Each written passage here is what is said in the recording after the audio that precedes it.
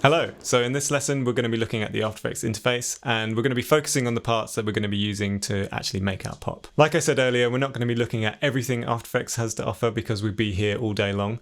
We'll be just looking at the essentials just to get you up and running. So this is After Effects. So let's start a new project. So I'm going to File, Close Project. When you close a project in After Effects, it just gives you a blank project. So you can see up here it says Untitled Project. I'm on Windows, so if you're on a Mac, things might look slightly different, but the main interface of After Effects should be the same. I can't actually remember when you first open After Effects what layout you are presented with. Things in the middle should be roughly the same, but over on the right-hand side, these panels might look slightly different, so don't worry if they're slightly different. This is kind of the area which we're not really going to be looking at anyway, so don't worry about that for now.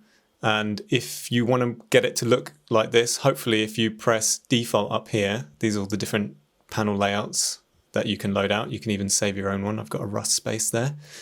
But if you press default, hopefully it'll look pretty much like what I've got here. So there's a lot to After Effects. After Effects is a program that takes a long time to learn every aspect of it, but you can get going quite quickly, particularly if you've got any kind of Photoshop experience. It's very similar in terms of the layer system, but the layout is completely different. And obviously this is geared around making video rather than stills. If you don't have Photoshop, After Effects actually does a lot of the things that Photoshop does.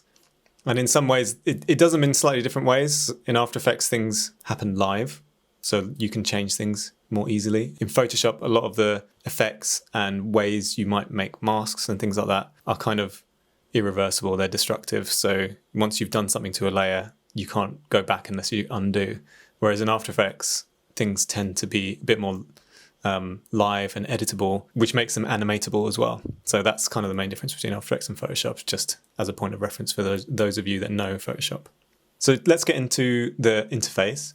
So up right at the top here is all your tools. The main tools you'll be using is this selection tool, which you kind of use to drag things around, click on things and move things around inside the panel. So we'll get to that in a minute.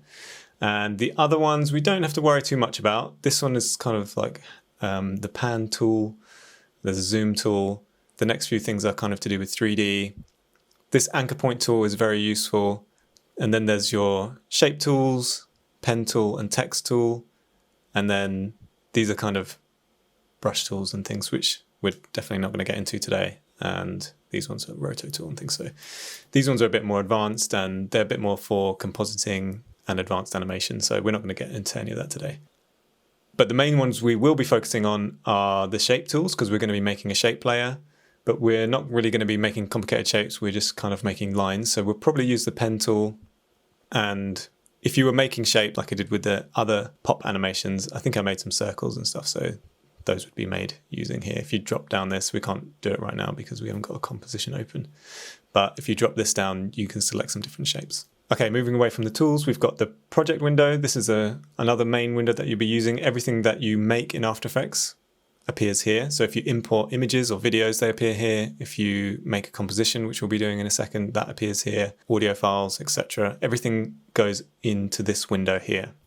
And then moving down to the timeline, once you make a composition, this timeline becomes active, and this is where all your layers. So your layers will appear down here, and over here is where your timeline is. So you can go from 0 time and then you can play forwards in time across here.